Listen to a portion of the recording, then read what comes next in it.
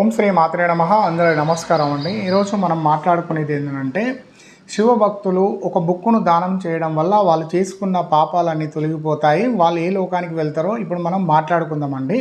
అయితే చాలామంది శివభక్తులు ఉంటారు కదండి. వాళ్ళు ఏం చేయాలంటే పిల్లలతో కావచ్చు, పెద్దలు కావచ్చు, ఆడవాళ్ళు కావచ్చు, మగవాళ్ళు కావచ్చు, ఎవరైనా పర్వాలేదండి.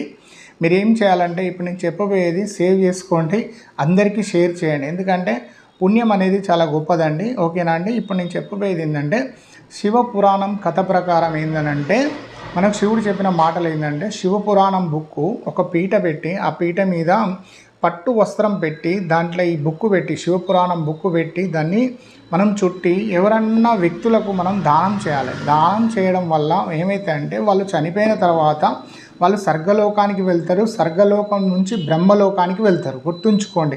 శివపురాణం బుక్కు ఒక పీట మీద పెట్టి పట్టు వస్త్రం చుట్టి, దాన్ని బుక్కు పెట్టి పట్టు వస్త్రం చుట్టి దాన్ని మనం ఎవరికన్నా మనం దానం చేసుకోవాలి. దీనివల్ల మనకేమైతే అంటే మనం చనిపోయిన తర్వాత స్వర్గలోకానికి పోతాము. తర్వాత మళ్ళీ మనం బ్రహ్మలోకానికి వెళ్తామండి.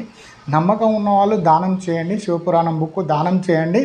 చాలా మంచిదండి. ఓం నమః శివాయ. హర హర మహాదేవ శంభో శంకర.